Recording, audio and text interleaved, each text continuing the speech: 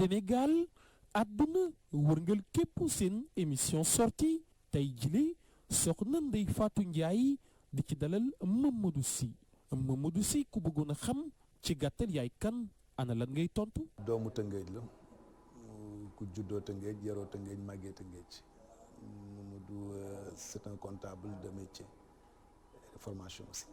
lan moo di sa jàng sa jaar-jaar. produit 100% Sénégal la musuma dem à l'étranger Rufisque laa jàngee laa defee samay premier pas jàngee si def fi ma war a jaar yëpp dem collège lycée ba am suma bac aussi musuma génn dëkk bi tamit dem à l'université jaar ci école privée yi waaw commencé liggéey waaw ba doon un comptable. ana lan moo la dugal ci langue politique gi. boo gisee ñu dugg ci politique dafa am lu ñu nawee waa Tëngéej mooy Rufisque est une ville de valeur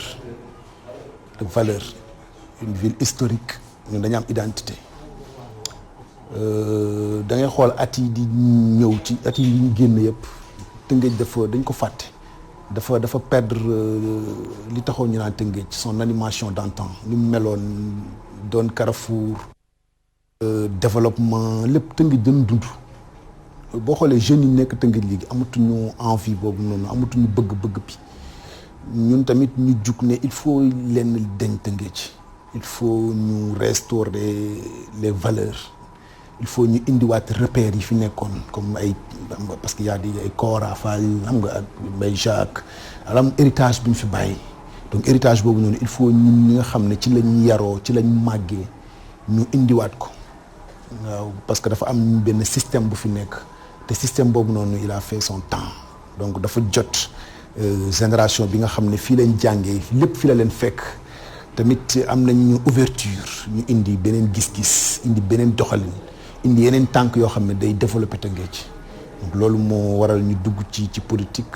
kuréel goo taxawal mu di mouvement nan nga ko tuddee. dañ créé avenir Rufisque le 30 octobre bi passé la am une année avenir ce sont des amis ñu ne autour d'une table bleute foofu la idée bi jóge ñu ne ma yow comme que da ngay am ay idées révolutionnaires xam nga tu parles toujours de futur xam nga tu parles toujours de développement et autres ñun dañ lay accompagner nga génnee sa talent bi nga am nga génnee si li nekk ci yow parce que dafa jot mu éclore donc maa ngi leen di remercier waa Bleude bi depuis Ndargu Ndaw depuis Nimzat ñoom jàpp nañ ci donc ñu def suñu assemblée générale di commencer kii yu ndaw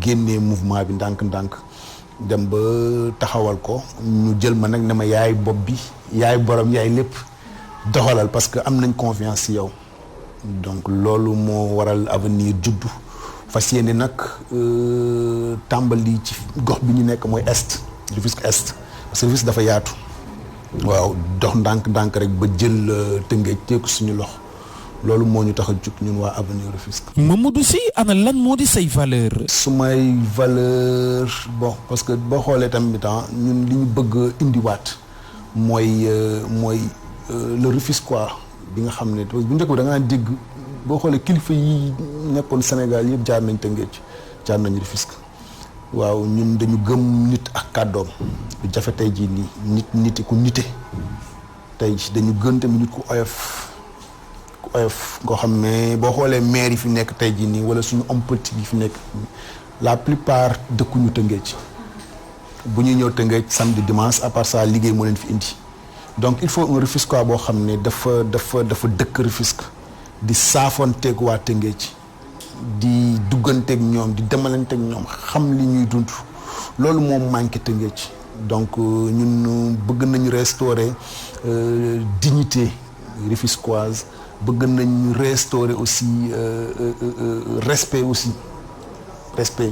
se faire respecter waaw bon Mamadou nag li muy prôné mooy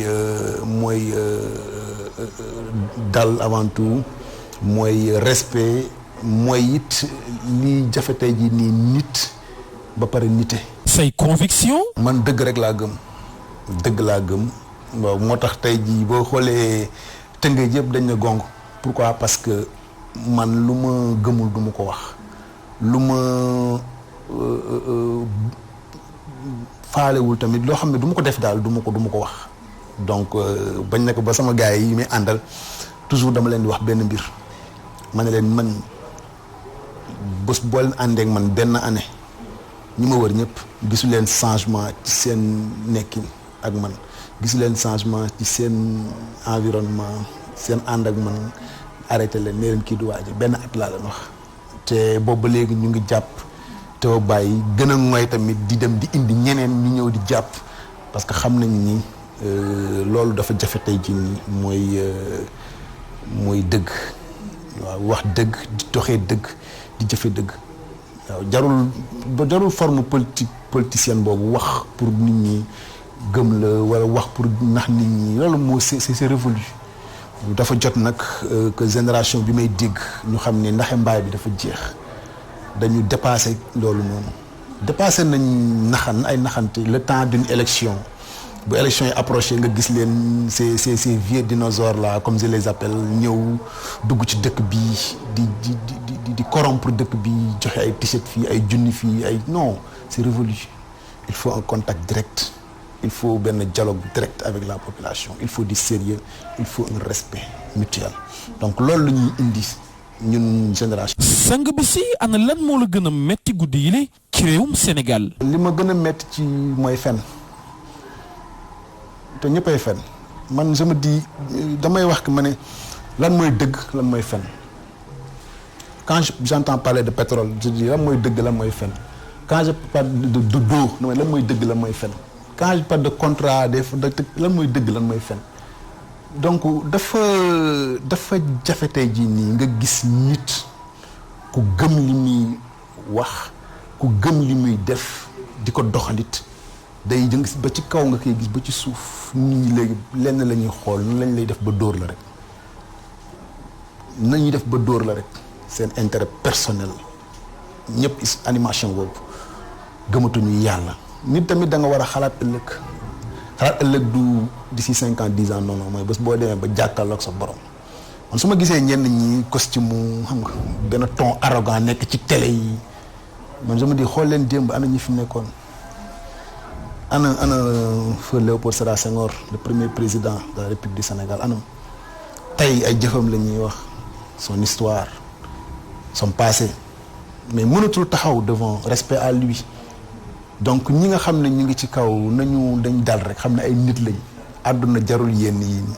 xeetu ñam yi am tubaab naa ko plat ana ban nga ci gën a taamu. sama plat man nag dama bëgg ceebu jën bu xonk nag am ay affaire ay jaaru jaga yooyu dama ko bëgg trop ak suppu kànja surtout waaw ñaari plat yooyu moom ku ma ci bëgg a rey moom toggal ma suppu kànja rek waaw am sama benn chéri nag joor dafa mën a joor saw madame Ndiaye dafa mën suppu kànja waaw nee naa sa suppu kànja benn yoon si at mi bu suppu kànja keneen du suppu kànja musique man benn artiste laa am en dehors de nouvelle génération bi muy Ndongo Lo man Ndongo ay woyam daa am fu muy yóbbu dafa gis nga buy am na benn woy bu muy woy doomu baay waaw gis nga woy boobu dafa muy yóbbu fu neen parce que moom ay bindam dafa xóot même bu daawul bind sax mais kàddoom dafa xóot nee naa bu doon dund tey jii nii doo dégg génération yii nii parce que bokkuñu don la yàlla moo ko may à part ça damay déglu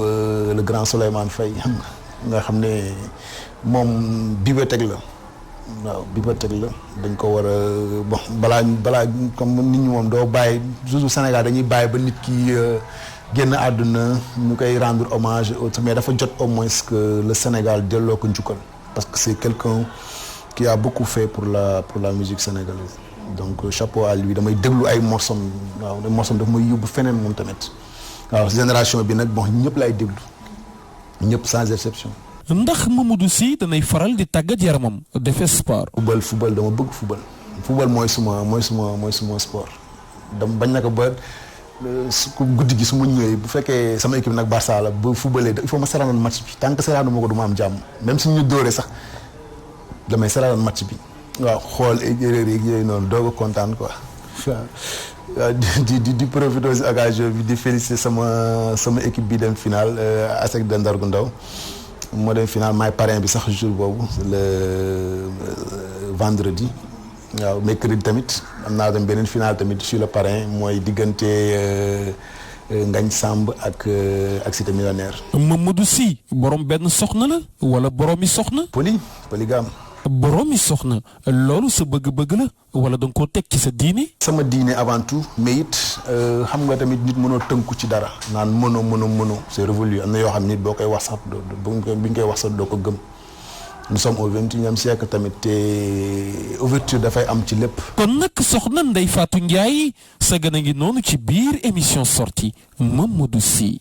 Pape Maguette Gueye jërëjëf mbokki xarit yi seetaan ak déglu seen rajo télévision bu Walfadjri daleen nag jàmm ci seen émission sortie nag bi yoon génn doxantu ba Tëngéej ñëw ci quartier Guy Mouride fekk si fi nag koo xam ne dañu bëgg a waxtaanee ak moom lépp lu aju ci tolluwaay réew mi waaye itam lu jëm ci fi nga xam ne fa la baaxoo muy Tëngéej kookee di Mamadou Sy jiite mouvement Avenir Rufisque président ma nuyu la dalal la bàyyi la nga nuyu suñu auditeurs et téléspectateurs. waaw maa ngi leen di nuyu.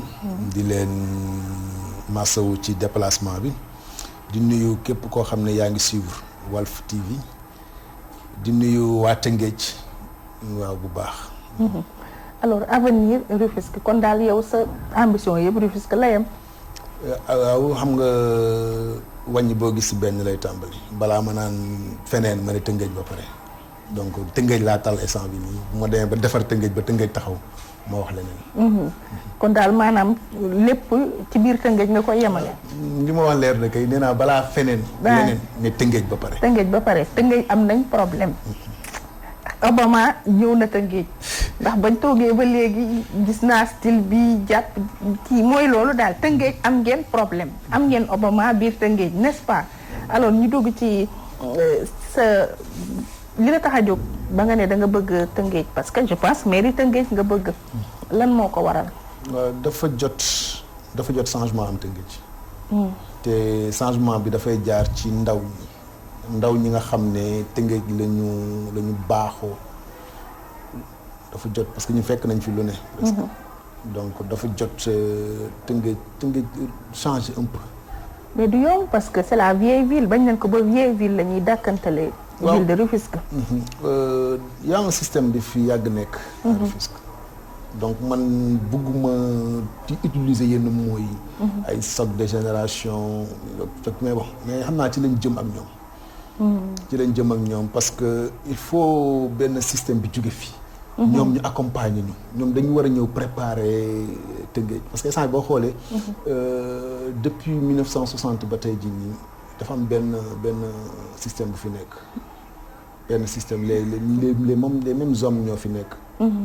donc il faut nag lu bees il faut lu yees il faut que la jeunesse rufisquoise s'impose taxaw ne changement lañ bëgg changement yi dañ koy doxe jëfe ko comme Mamadou Sy ni mu def tey jii nii créer son mouvement taxaw dal ci kaw ce système là.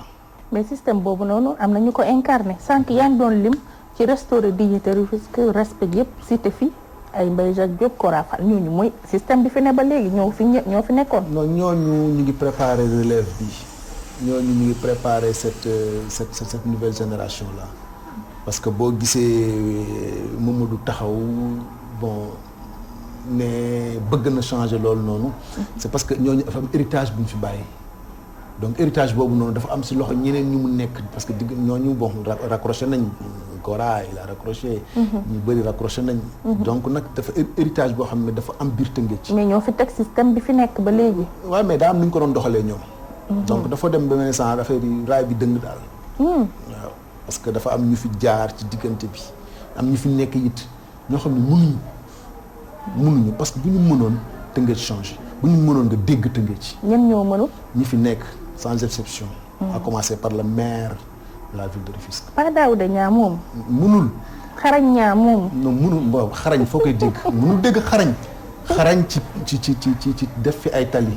xarañ ci changer école yi. tapé xarañ ci indiwaat Tëngéej fi mu nekkoon xarañ ci moom mu taxaw xeex indi ay projets yu bees pour Tëngéej.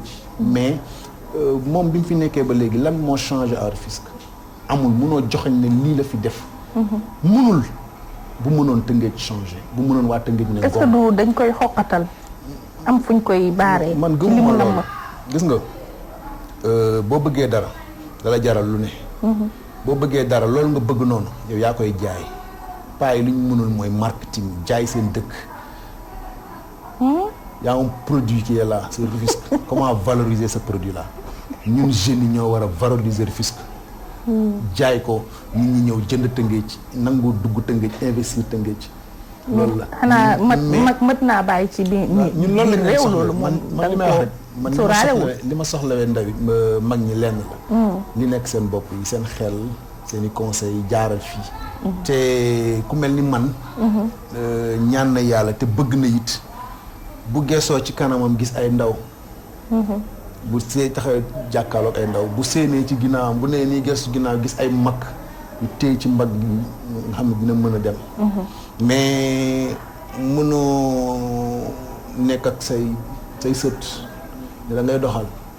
man dama koy xoolee sama maam at yi daaw da ñaa am sama maam ba mu ci tolloo da daan naax timis mu tëdd donc kooku xamul li xew ci dëkk bi. kooku def nañ émission yàggul dara ñëw nañ ba fii Tëngéej mais ki ñu gis naaxul de. non xool ko rek non dara yow daaw da fu mu toj. nee ma wax ma ne ma daaw Tëngéej fu mu ko mais jot na nag li mu toj ñun jeunes yi ñu defaraat ko. da ngeen bëgg a tabax. waaw ñu tabax Tëngéej dafa jot non nañu arrêté il faut du sérieux quand même. te le sérieux doit passer par ñu liggéey Tëngéej donc ñoom nañu wane sérieux. li ñuy def nii théâtre la. mairie Rufisque bi théâtre lañu théâtre. te pourtant dégg naa leen ñuy wax ne nguur gi da leen sonal bloqué leen ci lu bari parce que moom maire opposant la. mais moom moo yor casquette maire opposant c'est une casquette la bu mu sol. dafa war a jël casquette bi tekk na le bu dee liggéey Tëngéej moo ko ñor bu dee defar Tëngéej moo ko ñor warul séntu ni ci pouvoir la bokk. parce que man bés bu ma doonee maire Tëngéej. sama première tànk yi may dox mooy képp koo xam ne gis naa ni liggéey Tëngéej moo la ñor damay dem vers yow ak samay projet ñoo la lii laa bëgg pour Tëngéej. bu fekkee Macky doon le président dama koy tegal samay projet nekk ñëwal ñu liggéey Tëngéej. c'est pas damay dem seey ci moom damay dem rallier si moom damay dem non damay jéem a am ouverture doon nit kese la moomul Tëngéej ñu naa Tëngéej bàyyi kenn moomu ko maamu kenn moomu ko Tëngéej suñu Tëngéej ñun ñëpp donc mënoo nekk ci benn poste wala benn chaise yaakaar ni yow yaay yàlla wala yaay yeneen ay kii dama koo mereek kii du ma wax ak moom dafa am benn image bu ma frappé dama dem mairie. ñuy def distribution de kits scolaires ñëpp toog man j'étais là je faisais partie des parrains il y avait une dame syndicaliste qui était là-bas il y avait un médecin qui était un docteur qui était là-bas ñuy ci mairie bi lay am le maire de la ville de Rufisque garé ak otoom employés yi di organiser ay kits scolaires pour seeni doom bi mu ñëwee xam nga nu mu def ñi koy organiser dañ tàllal loxo yéeg dem ci bureau gis nga image boobu manque de respect boobu noonu gis nga image boobu noonu manque ormal ñooñ parce que mënul moom këram la kilifa booy dugg sa kër bu amee ñu ci nekk sa njaboot nekk ci da ngay nuyu sa njaboot ñëw sànni benn mot mais non dafa dem continuer pourquoi parce que y a un jeune qui est là-bas et ce jeune là il dérange kan la muy yow Mamadou Sy pourquoi parce que tout devait passer par lui pourquoi parce que respecté wul ñi fa nekk man noonu laa ko jàppee. est-ce que du ñooñu de moom jàppewu leen ne ñoom it ay jaxasekat lañ.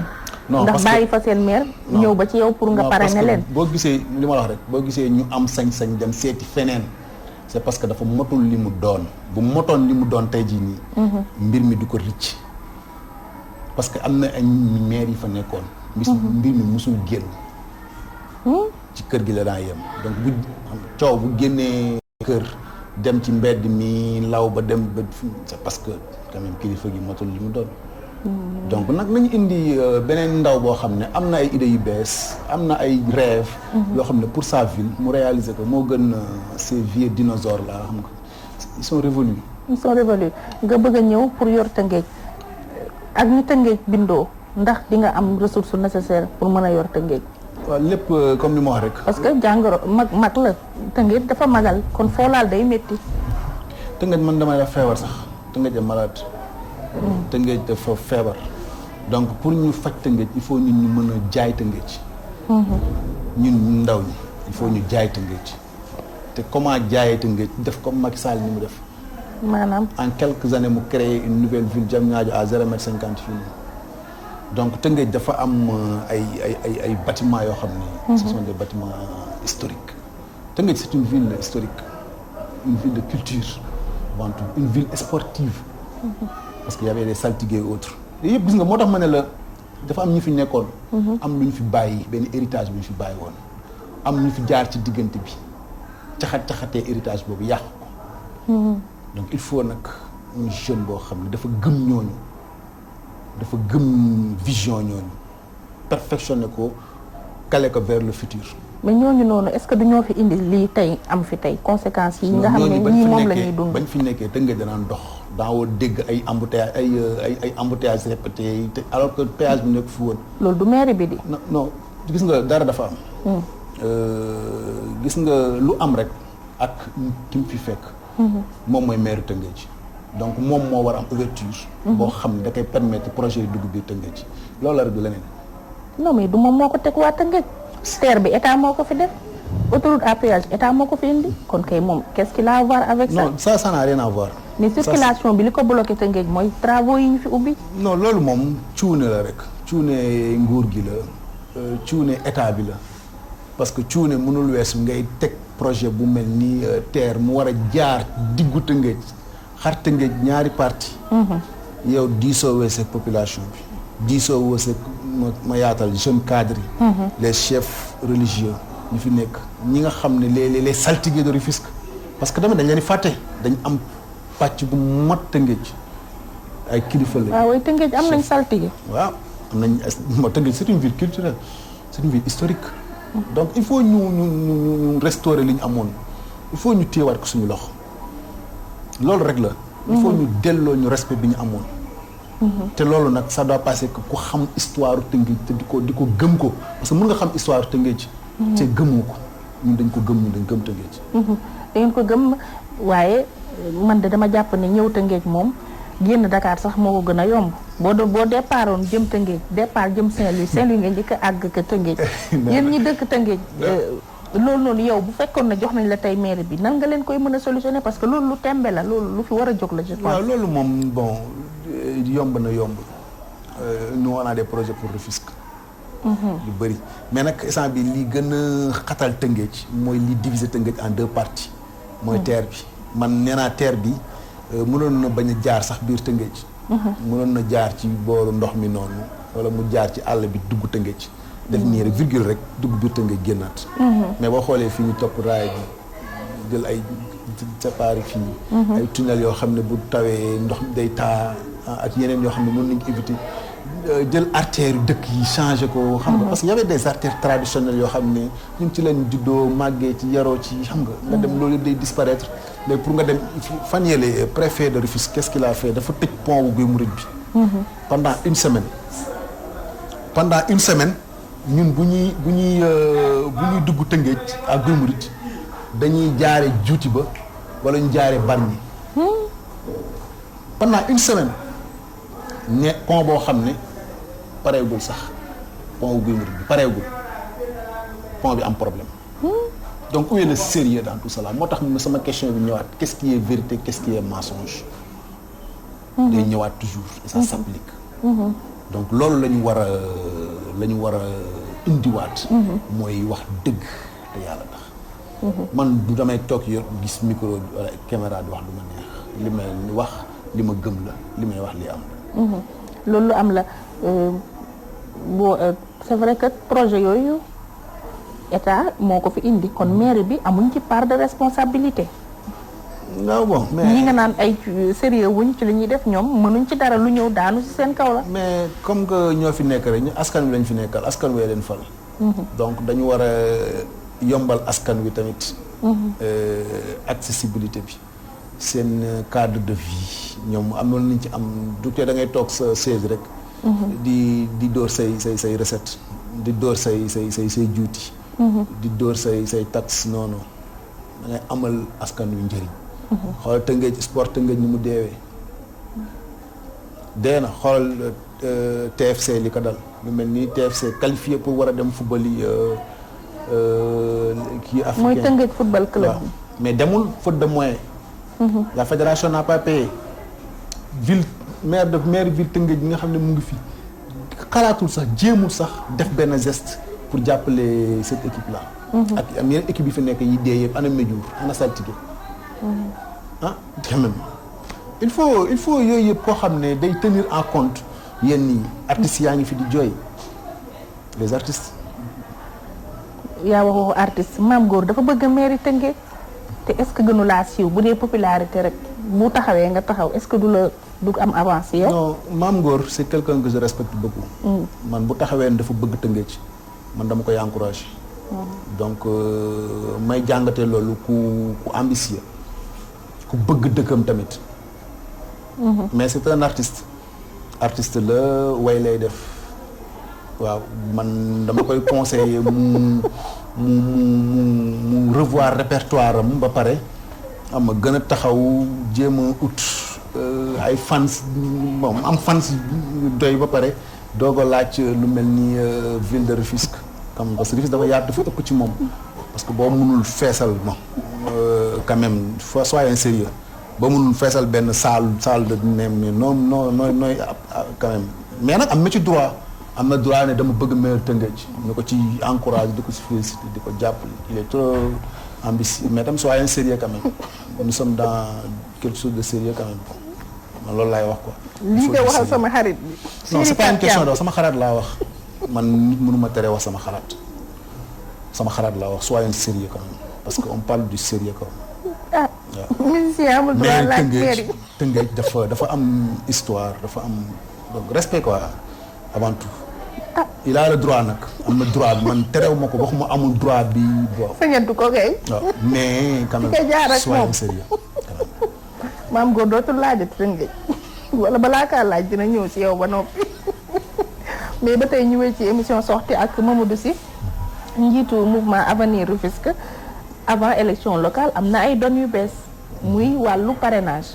est-ce que yow di nga mën a mëtal signature yi Mamadou. dinañ jéem mais tamit foofu rek man système parrainage yooyu mënu moo ko rafetlu. ndax lan. parce que loo xam ne musu fee am. musul am ci histoire politique Sénégal. parrainage demul uti ay parrainage pour mën a laaj dara na musu fee am donc pourquoi ñu teg tamit système boobu noonu parce que gis nañ ko ci élection présidentielle yi passé éliminer ay candidats yoo xam ne seen droit la seen droit ils ont ce droit là musu fee am Macky Sall il n'est pas passé par les parrainages pour être président de la République du Sénégal. Donc pourquoi nous imposer ça au nom de quoi. lan la ñu ëppalee Sénégal bay imposer yenn yi pourquoi.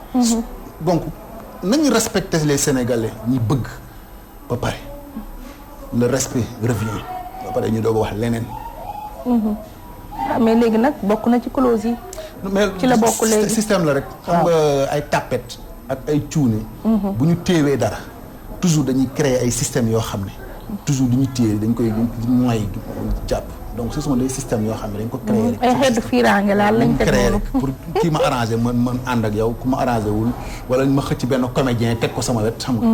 bon ak artiste xam nga ne surtout artiste buy soutenir mouvance présidentielle. ñëwal waaw yow nga dem ñu téye ñu dem yow noo arrangé woo ma pousse la ne la c'est pas du sérieux quand même. waaw mais loolu ñu ngi koy waxtaanee ci dialogue national bi.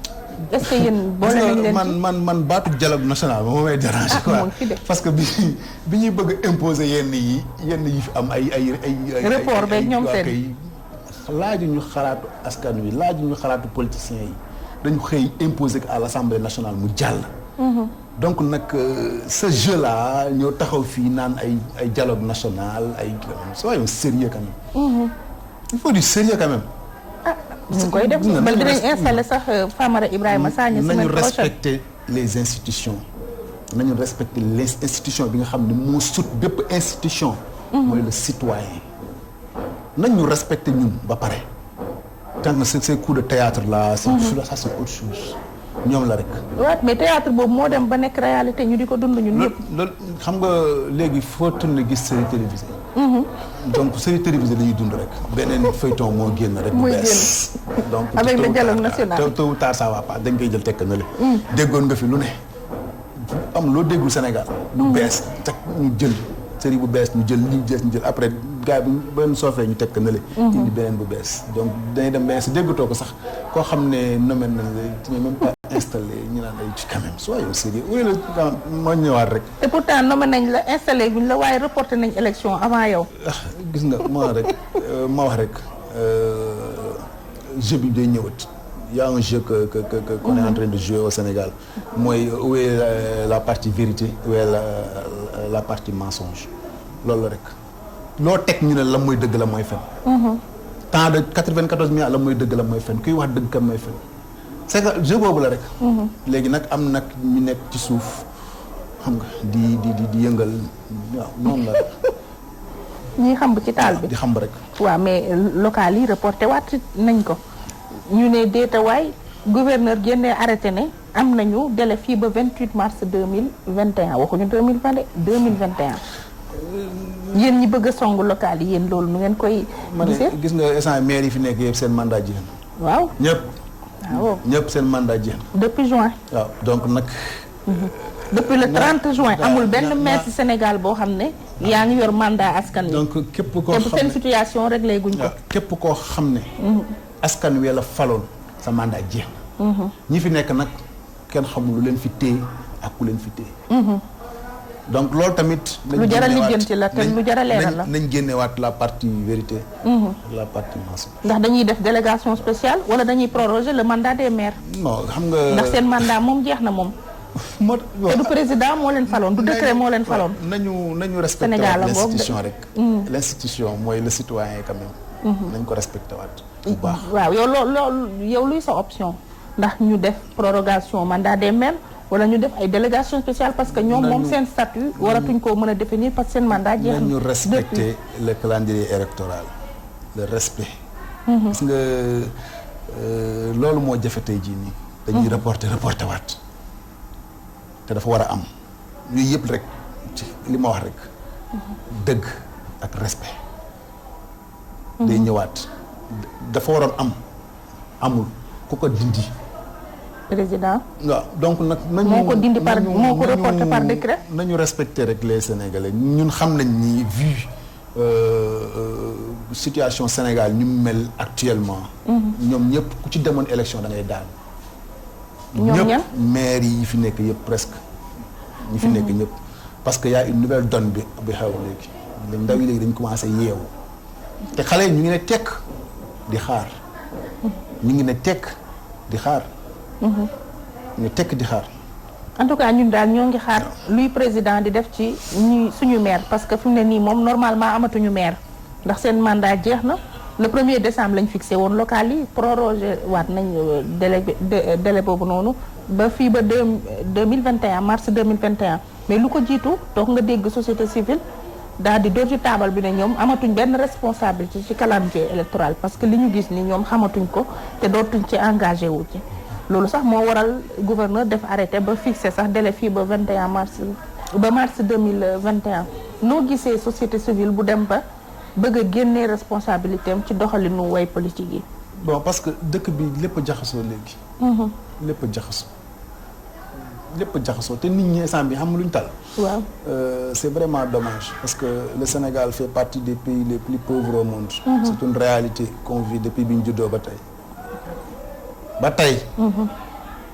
ñu am nu ñu ko tuddee xaw ma. pays pauvre et endetté. Le Sénégal fait partie des pays les plus pauvres. Donc su ma déggee benn slogan bu ñuy wax mooy émergence. Donc je me dis où est la partie vérité où est la partie mensonge ku ñu yàpp. xanaa sénégalais yi leen di tàcc di leen wuyu seen i meeting. di leen mobiliser moo tax soyons sérieux quand même soyons sérieux quand même te nañuy wax nit ñi dëgg réalité yi am ci dëkk bi nañ koy wax. nit ñi xam lu ñu tal lu ñu lekk. père de famille ñoom lu ñu tal lu ñu lekk. talaguñu ay Macky Sall ak Aly Ngouille Ndiaye ak talaguñ leen xam luñ tal xëy suba jox seen njabooti ñu lekk lañ tal assurer les 3 repas. parce que dafa métti te am na nga os am na fi lépp a yokk ceeb dëwlin lépp a yekk. déggoo sénégalais yi ngaan parce que taluñu ko dañu sonn. sonn ba luy yokk sax duñ ci wax. dañu sonn yaa xayti ñun fajar la ñuy xëy Njaga Njaay ngay gis PAM. c'est ay 4 heures du matin man j'ai vu 4 heures du matin mais daje benn maire mu gàddu paanam. daw marché poisson uti jël. si kaar bi day nalaw ba yegg. bu yeggee dang-dang yi nekk marché rek bu ñibbee balaa te il faut mu ñibbi balaa 10 heures wala 11 heures pour mën a togg añ pour njabootam. su paree xam lu muy def tëdd nalaw bu ngoonee mu dellu dem caare 18 heures mu dem jaayiwaat jën bu jugee 18 heures 20 heures xam lu muy def lijjanti reer njabootam bu paree tëdd na kooku tal na dem di lijjanti lu Macky Sall nekkee ak dëkkam. soyons sérieux quand même taluñu ko Sénégal yi ñu tal mooy lu ñu lekk. te non nañu ragal yàlla quand même parce que dëkk bi métti na trop. trop sax trop waaw. dëkk bi métti na yow laajoo Rufisque Est laajoo Rufisque Nord nga ne Rufisque bi grande ville bi moom nga soxla sa ambition nawul de. te loolu nga laaj am na ñu ko ŋànk te ñooñu ay parti politique ñoo leen ngemb te yow xam nga ne fii ci Sénégal politique fii. ci mouvement citoyen dafa jafe pour nga am ci percée. ma métti na trop. ndax conscient nga ci. waaw métti na trop parce que ñun ñu ngi dund loolu. mais comme niñ def nii rek. parce que comme li ma wax rek ñun am na lu ñu jàng as tuut. mooy nooy def ba jaay fi nga dëkk ba pare jaay sa bopp. ñun foofu la ñun li ñu yàlla cëralee as tuut xam-xam boo xam ne dem nañ jàng ko. ci la ñuy sukkandikoo ngir mën a jàppale suñu dëkk. wane suñu bopp it ba képp ku ñu dégg xam ne kii mat naa bàyyi xel waaw wala déet. donc foofu lañ toll ñun instant bi nii mooy wane que ni ñu waa Tëngéej li ñuy dund metti na parce que Tëngéej problème am bi gën a mag depuis les indépendances ba tey jii nii. c'est l'insalubrité l'assainissement Tëngéej problème mooy assainissement et ñun ñëpp presque ñi fi jaar la majorité dañ jaar ci côté bi. ma foog ni Njawar lijjanti woon na ci canal yeeg yooyu. ils sont passés complètement à côté. à côté. le maire Njawar Touré lijjanti woon na canal yi ñu ngi koy ñaanal yàlla yokk ñooñu xam nga ñooñu ce sont comme li ma c'est la crème de la crème ñooñu ay waaw. c'est dommage que Rufisquois yi xamuñu woon valeur ñooñu ay Njawar Touré ñeneen ñu fi jaar nañ mais man li ma metti mooy un vieux complètement amorti ñëw taxaw. non loolu moom métti na. yow pas daaw dañaa ngay wax. soog de gis nga le maire. dafa balance bi moo équilibré wu. entre cette jeunesse qui veut un développement et un vieux nga xam ne li ko man. toujours loolu laa ko wax noonu dama ñaan yàlla mu recevoir ma. mu recevoir Mamadou Sy su ma recevoir su may dem. ma indi ut satala ut sijaada. da ko fekk bureau moom kaamil ñëw nekk sëñ bi. ñaanalal ndaw yi ñu changé Tëngéej te mu ñaan yàlla fekkee ko au moins bu Tëngéej changé waaw mu mën a am tuuti espoir mu dund ci changement boobu ñun loolu lañ koy ñaanal te it mu ñuy xelal di ñu conseiller loolu lañ koy ñaanal mais instant bi mënoo toog xëy suba ba ngoon nekk sa bureau di nalaw mënul ne moom lu lay def mag lu mu tal kurusam la astafurlah yàlla jéggal ko bakkaar yi mu kii loolu la tal instant bi nii quand même nañ soyez sérieux quand même. ñoo ngi sérieux de pourtant. non rawatina ci émission sortie. non li ñuy dund ñun waaye ñi nga xam ne ñu ngi ci kanam. ci kanamu ŋànk affaire yi quand même. parce que man je dis Daouda c'est un maire par accident à Rufisque. waaw xanaa du waa Rufisque ñoo ko fi teg. waaw yow am ci ay urne la fi nii toogee boo defoon balaa ngaa génn dama la ko ñaan defoon micro trottoir nga laaj waa Tëngéej est-ce que xam nañ kuy Daouda Niang. est-ce que xam nañ wala xàmmee nañ Daouda Niang. te muy seen maire wala nga indi benn photo entre Daouda Niang ak benn maire bu fi nekkoon nga ne ñaar ñi ka mooy maire Tëngéej ancien maire bi lañ lay wax. essayé ko nga xool boo mu kiiwee rek essayé defal micro trottoir nga xool. Daouda Niang Mbaye Jacques Diop laay teg. kon waaye kon waaye yow. kon ma am problème loolu du comparaison on peut pas comparer Mbaye Jacques Diop ak Daouda Niang c'est impossible. maire la muy maire rek. non c'est non bokkuñu. Mbaye Jacques quand même c'est Rufisque. Mbaye Jacques c'est héritage la kon ma def Njawar Touré rek. Mbaye Jacques non Mbaye Jacques nga ma tuddal. quand même. yaa ngi koy wax avec nostalgie. damay kontaan su may tudd Mbaye Jacques. ah oui. Mbaye Jacques kontaan parce que héritage dafa am lu ñu jox héritage xam lu ñu bàyyi. mais moom la tënk xëy changé teg fi leneen. moom ñooñu dañ dem ba. njëkk ñaata année la doon maire activiste dañ defar Tëngéej def bàyyi Tëngéej dara loo xam ne dañ ciy teg sa loxo. boo nee Kansapor ñu ne Mbaye Jacques boo nee Youssou Mbargane ñu ne Mbaye Jacques boo nee dama koy wax ak fierté. mais tey boo nee Daara Niang looy wax lu mu fi def. lu mu fi def tojul fenn xeex xuloo histoire di attaquer société yi à gauche à droite tojul Tëngéej def fi dara nañu may. quand même dafa jot quoi. yaa ma ko may ndax moom société yooyu ngay wax dafa gis ne dañuy sonal Tëngéej mais jëriñuñ Tëngéej loolu tax muy attaquer société yooyu. gis nga ngeen baal ma si publicité bi. une société comme Sococim. polluer Tëngéej rek la fi nekkee. mënoo ko génnee ci Tëngéej Sococim a tellement fait pour Rufisque. à travers la fondation su jàppoon assainissement bi dina fi teg non day def lu bëri parce que. dafa am fu mu yem Sococim n'est pas l'État. dafa am fu mu yem. soyons sérieux la fondation Sococim est là à 0,50 m di jàppale artistes yi tey boo soxlee cercle Maurice Guèye dañ la koy abal gratuitement. espace d'expression maire bi créé fi espace d'expression pour les jeunes. te loolu dafa bokk ci ay compétences am. favoriser l'expression des jeunes. tey xoolal Guy Murit li fi xew mais dañu imposer benn police à Rufisque population bi ne déedéet maire bi fi nekk jaxase ndaw yi fi nekk ak ay wax yoo xam ne am na ak amul. taxaw nga xëy suba ñu commencé di construire booy nar a génn ñu ne leen déedéet jaru ko forme boobu noonu moo jeex. forme ay violence non yàlla may nañu xel. te ñun suñu carte mu ngi suñu soreetul ñu leen ñu jël leen fi indi fi ñeneen ñu liggéey dëkk bi. société yi ngay tudd noonu. waaw société yi dañuy def. pour ay Sococim fii ak yeneen am na yeneen société parce que RSE yi gis nga moo tax ma ne la. pour ñu jaay Tëngéej il faut un jeune taxaw. Mamadou Sy ñëw taxaw. société bu mu mënti nekk mu société X wala Y damay jël société yi nga parrainer leen. district yi fi nekk nga parrainer leen école yi. waxtaan ba jubóo la da ngay jaay sa produit. mais ñoom tam dañu am responsabilité. sociétale ci population bi ñu ngi ci. parce que boo gisee la fondation Sococim li muy def à Rufisque. tout question dama leen defal publicité. buñ ci jàppoon hôpital bi nañu am problème. ba première dame di si jàpp. Sococim li mu def ci Youssou Mbargane première dame defu ko ci. mais bërki démb semaine bii déggoo bu doxee ba tey jii nii Sococim a tax. bu doxee ba tey jii nii Sococim a tax. donc ak yeneen ñoo xam ne bon bëgguma doon seen avocat parce que bon waaw mais tamit mais def du doy. fa la ñuy waxee def du doy. donc loolu tamit li ñuy def dañ ko war a wane ba ñëpp teg ci seen bët sinon nit ñi dañuy taxaw naan defuñu. waaw.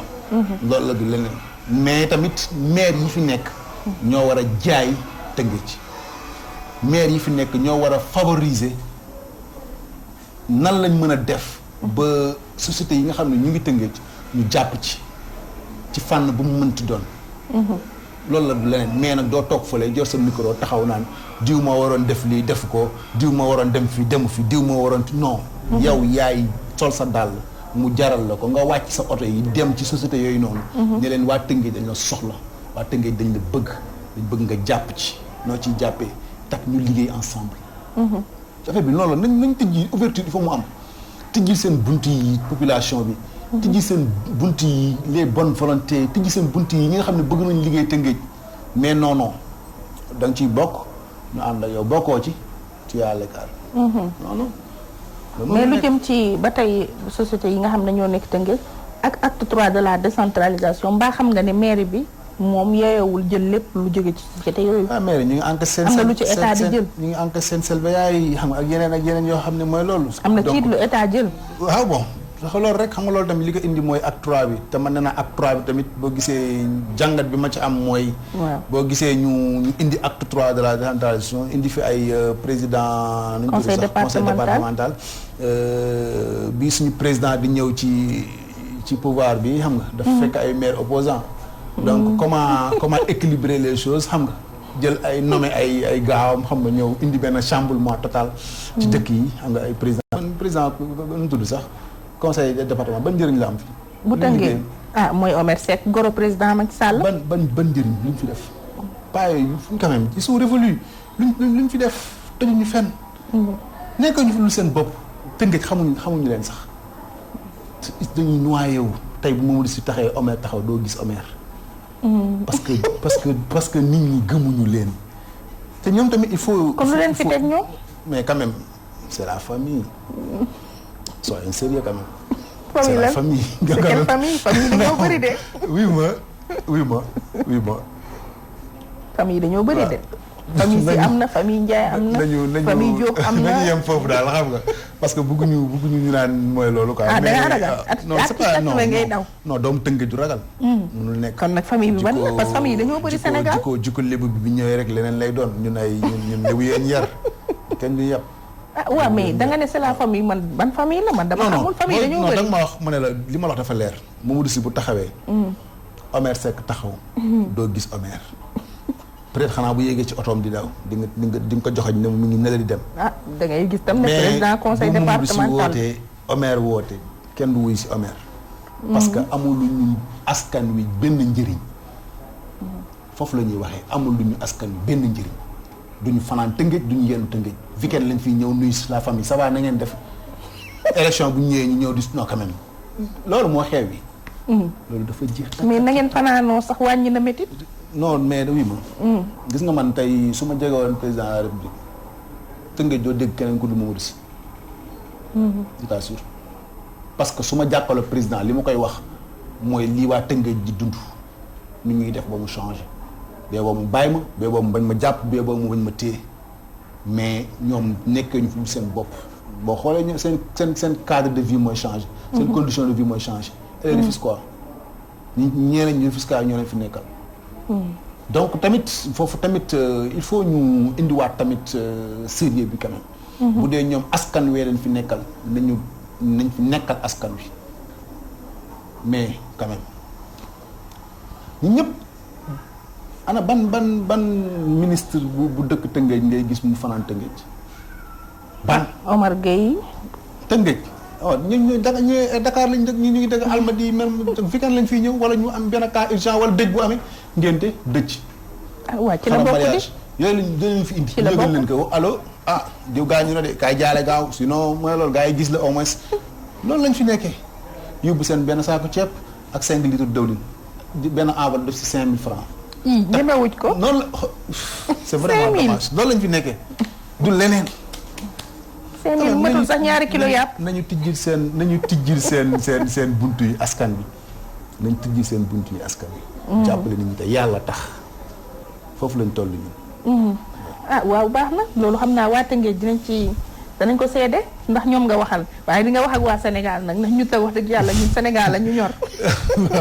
waaw ñun Sénégal lañ fi nekkal. Sénégal wax nag ci Sénégal nag ak tolluwaayam. lii Tëngéej di dund rek loolu la Sénégalais yëpp presque di dund parce que ñun ay Sénégalais lañ aussi. waaw surtout lu jëm ci embouteillage yi xanaa doxantu woo ko te Dakar de doone ma Tëngéej rek nga yem. non oto yi bëri nag xam nga yaa ngi dem embouteillage c'est mondial. xataay bi li ko indi muy ay projet yu ubbeendoo. waaw mais ndax nguur gu bëgg émergence dina ubbeendoo projet yëpp. waaw mais bon boo demee Maroc tamit c'est pareil boo demee aux États-Unis wala en France tamit c'est pareil. maanaam on peut pas faire des omelettes sans casser des œufs actuellement fa lañ toll. da ngay tojandoo yëpp daal maanaam. waaw mu ne sappal dëkk bi peut-être le président Macky dafa bëgg defar dëkk bi rek. donc foofu tamit ñu koy. yow parce que dëkkoo Dakar waa Tëngéej la ñor. non ñun embouteillage bi waa Dakar di dundoo ko. xolateer bi lim ñu jural. surtout nawet bi. man benn image bi ma gis xale yi nekk ci biir ndox mi di fii. ak fas bi. waaw ak fas bi laboon. biir Tëngéej mais où allons-nous après ma ne où sommes-nous fu ñu ne ak fan lañ jëm. xale c'est l'innocence ñoom. quand même xamuñu sax ne lii c'est un problème. embouteillage tamit bon c'est un problème mondial. dans presque toutes les grandes villes am na embouteillage. waaw di nga dem ci grande ville yëpp ñu ubbeendoo chantier yëpp am na mbaareendoo tali yëpp. mais bon foofu tamit damay encourager le président Macky Sall rek. ces projets yi nga xam ne commencé na ko à Dakar. ak environ mu. te gisoo woon ne waroon nañ def step by step mbir yi. waaw mais bon peut-être xam nga rek peut-être le temps aussi.